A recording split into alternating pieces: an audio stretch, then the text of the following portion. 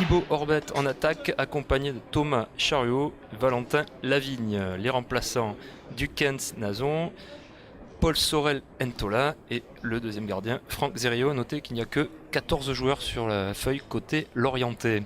Une rencontre qui sera arbitrée par monsieur Yvan Margeau au centre et assistée de messieurs Le Bourgeois et Savigne Lévesque. Alors encore quelques secondes avant le coup d'envoi de cette rencontre. 5e journée de championnat CFA, les Girondins à Galin qui se doivent de réagir aujourd'hui comme il faut pour la première victoire, on l'espère, dans la compétition. C'est possible aujourd'hui, Pierrot?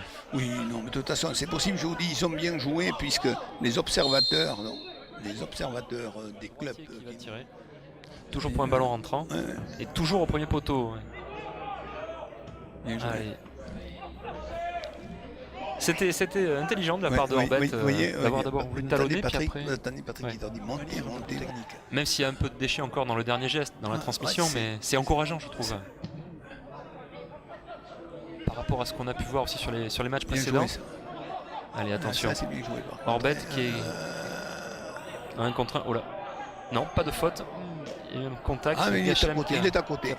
L'arbitre était quand même... Il est à côté là. À 2 mètres de l'action, donc il a bien vu. Probablement mieux que nous même. Oui. Bon, il revient parce qu'il a vraisemblablement été touché. L'avant-centre breton.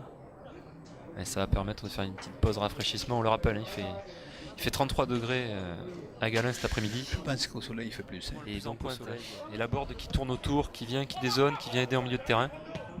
Pour l'instant, ça ne suffit pas à porter. Allez, on se concerte côté breton. Peut-être qu'on va frapper direct.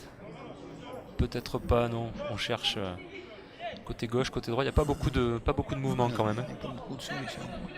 Mais enfin, 31 minutes il va de mettre jeu. Dessus. Vous savez, ça me fait penser au coup franc de... Chercher second poteau. Ça me fait penser au coup franc de Certic. Oui. Sur le but bordelais. Attention, Camisoko qui veille. Oh, bien joué. Reprise de Fofana. Alors, elle est dévissée. Voilà, c'est là. Dégagement de compte. Moyen ce dégagement. Bien joué. Petite roulette là de Orbet qui a un potentiel technique. Il a pris un petit coup au passage. Lavigne qui joue en retrait avec. Ça peut être dangereux. C'est sûr que ça a freiné la progression bretonne, mais ça peut être dangereux. Parce qu'il est fort probable que Orbet cherche le cadre sur ce coup-là ou le second poteau, mais ça peut être dangereux quand même. Alors qu'on rentre dans les arrêts de jeu de la première période. Toujours 0-0. Pour combien de temps encore? Allez, bonne défense de la tête. Il doit y aller. Double défense de la tête. Un dégagement manqué de